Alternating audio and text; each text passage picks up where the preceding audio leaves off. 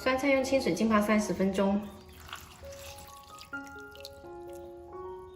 接着来打一些肉末，加几个泡发的香菇。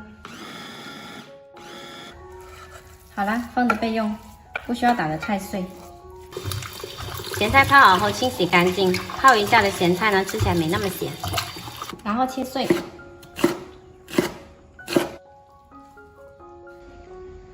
豆腐切成2块。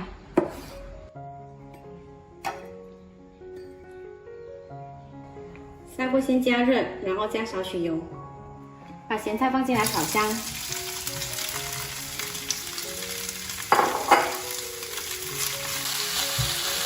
再来加少许白糖，中和咸菜的酸咸度。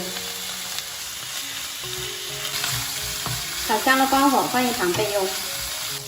另起锅热油，把豆腐放下来煎。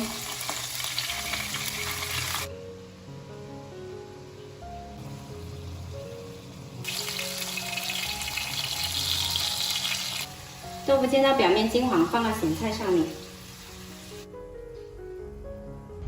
煎豆腐的油呢，我们继续用来炒香肉末。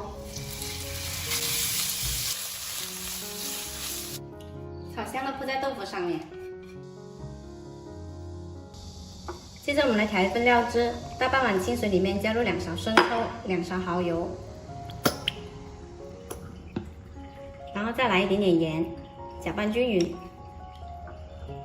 再把我们的料汁淋上来，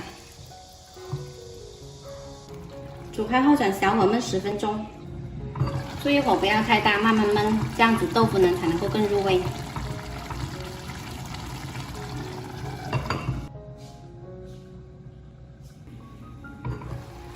最后来点淀粉勾一下芡，撒上胡椒粉，还有葱花，就可以关火啦。